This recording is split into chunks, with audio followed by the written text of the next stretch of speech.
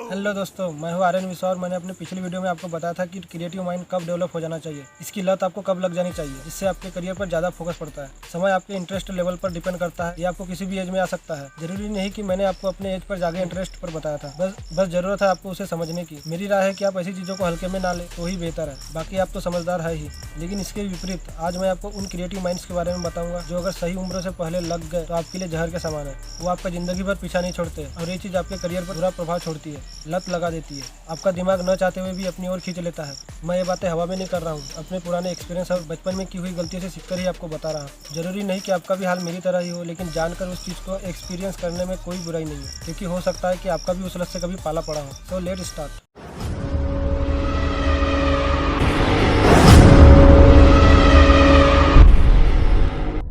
जब पहली कक्षा कंप्लीट होने के बाद मैं अपने मम्मी पापा के साथ जब बाहर गया था, तब मेरी उम्र होगी लगभग 7 से 8 साल, और साल रहा होगा 2000 या 2001। उम्र सुनकर भले ही आपको ये लगे कि ये बहुत कम है, लेकिन उस समय में भी बहुत सी ऐसी चीज़ें थी जिनके लिए मैं बहुत जल्दी सीरियस हो जाया करता था। जिस तरह हम लोग मेरी फैमिली बाहर रहकर काम किया करते थे, ठीक वैसे ही और भी कई लोग होते हैं जो बाहर जाकर काम करते हैं। जहाँ हम रहते थे उसके साइड वाले रूम में भी मजदूरी करने वाले एक कपल के बच्चे रहते थे। वहाँ एक लड़की थी मेरे उम्र की, मेरे बराबर की, काफ़ी खूबसूरत थी। मतलब वो मुझे अच्छी लगती थी, बहुत सुंदर।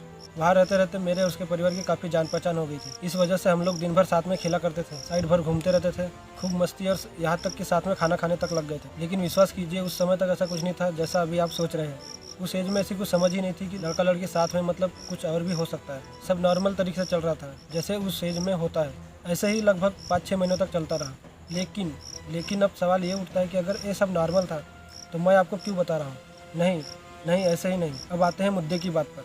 मैं आपको 2-3 छोटी छोटी कहानियाँ सुनाता हूँ, ओके।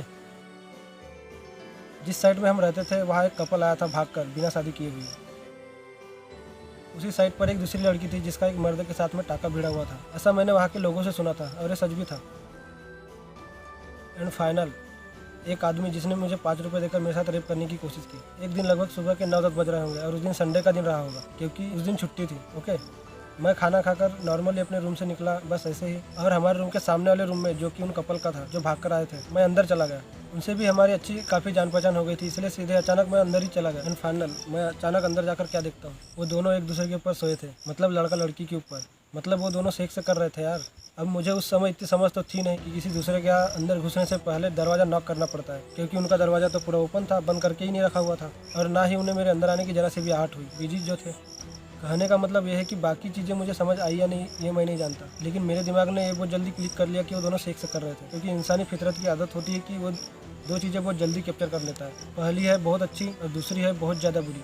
जबकि 9-10 की एज में बहुत से बच्चों को तो इतनी ज़्यादा समझ नहीं होती होगी कि उस एज में सेक्स अच्छा है या बुरा है। अब चलते हैं दूसरी और तीसरी कहानी की ओर। इन दोनों कहानी में बताने के लिए तो बहुत कुछ है, लेकिन हो सकता है जितना मुझे याद है मैं उतना ही बता पाऊँ, उतना ही मैं बताने की कोशिश करता हूँ। होता है ना कि शाम को फुर्सत के समय में खाना वगैरह खाने के बाद 2-4 लोग गप्पे मारने के लिए बैठ जाते हैं। वैसे ही किसी एक दिन 2-4 लोग बैठकर गप्पे मार रहे थे, जिसमें एक शादीशुदा औरत, उसका पति और एक कोई दूसरा आदमी था, और पास में ही हम कुछ 2-3 बच्चे खेल रहे थे। मुझे अभी भी अच्छी तरह से याद है कि साइड में जिस लड़की का एक मर्द से टाका भिड़ा हुआ था, वो 2-4 गप्पे मारने वाले लोग उनके बारे में सेक्स की बातें कर रहे थे, समझे। और ऐसे ऐसे वर्ड का इस्तेमाल कर रहे थे कि साले कमीनों ने ये भी नहीं सोचा कि पास में बच्चे खेल रहे हैं, अगर सुन लिया तो उन पर क्या प्रभाव पड़ेगा। और मैं कसम खाकर बता रहा हूँ कि साला मैं भी धीरे धीरे इतना हरामी होता चला गया था कि खेल पर से ध्यान हटाकर चुपके से उनकी बातें सुनने में इंटरेस्ट ले रहा था। वरना क्या ज़रूरत होती है एक बच्चे को ऐसी बातें सुनने में, बताइए। मतलब आप समझ रहे थे ना कि धीरे धीरे मैं किस दिशा में जा रहा था। इस बार तो अब हद ही हो गई भाई। कहते हैं मैं बचपन में काफ़ी क्यूट और सुंदर दिखा करता था, बिल्कुल लड़कियों की तरह। साला इसका ये मतलब तो नहीं कि मैं लड़की ही था। लड़का लड़की में कम से कम आकार विकार प्रकार तो देख लेता। एक दिन एक आदमी ने मुझे 5 रुपये दिए और बोला कि थोड़ी देर में मेरे रूम में आना, कुछ काम है। अब उस समय 5 रुपये बोले तो बहुत होते थे, इसलिए मैं भी साला चला गया। मैं गया तो देखा कि वो साला टॉवेल लपेट कर बैठा हुआ था, और मुझे देखकर बोला कि अपने कपड़े निकाल कर नीचे ज़मीन पर लेट जा। अब मुझे उस वक्त तक भी मुझे ऐसा कुछ आभास ही नहीं हुआ कि ये मेरे साथ क्या करने वाला है, ओके।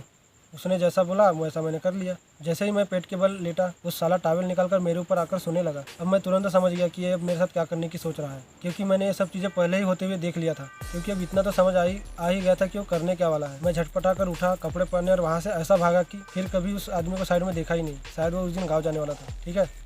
अब मैंने उन कपल को सेक्स करते हुए भी देख लिया था, उन 2-4 लोगों को सेक्स के बारे में गौर से बातें करते हुए भी सुन लिया था। एंड फाइनल, मैंने इस चीज़ को अपने ऊपर अप्लाई होते हुए भी देख लिया था, ठीक है।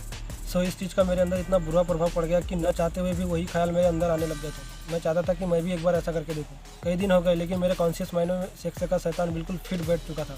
अगर कभी मैं भूल भी जाता तो उन कपल्स और वो लड़की को देखकर मेरे अंदर सेक्स की तीव्रता जाग उठती थी। इसलिए अब मैंने सोचा कि एक न एक बार मैं इस चीज़ को जरूर करके देखना चाहूँगा। लेकिन अकेला इस चीज़ को करेगा कैसे? इसके लिए तो एक पार्टनर की ज़रूरत होती है, और पार्टनर तो मेरे साथ थी, मेरी जीएफ।